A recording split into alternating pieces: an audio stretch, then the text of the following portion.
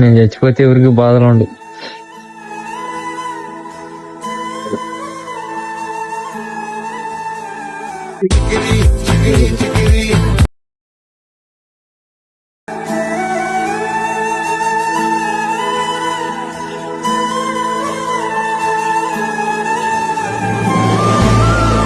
అయ్యా ఏదో తప్పు అయిపోయా అన్నయ్యా.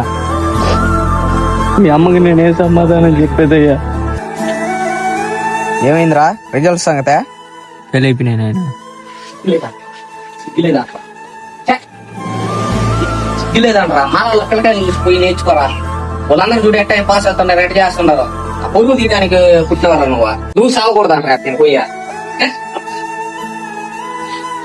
నేను చచ్చిపోయిన అందరు సంతోషంగా ఉంటారు.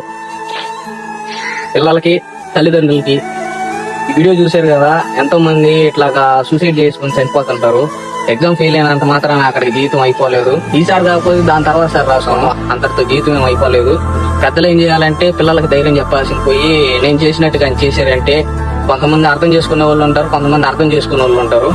చూసారు కదా నేను ఎంత బాధపడ్డాను, అట్లాగే బాధపడాల్సి వస్తుంది. వీడియో చూసి నచ్చితే లైక్ కొట్టండి, సబ్స్క్రైబ్ చేయండి. ధన్యవాదాలు.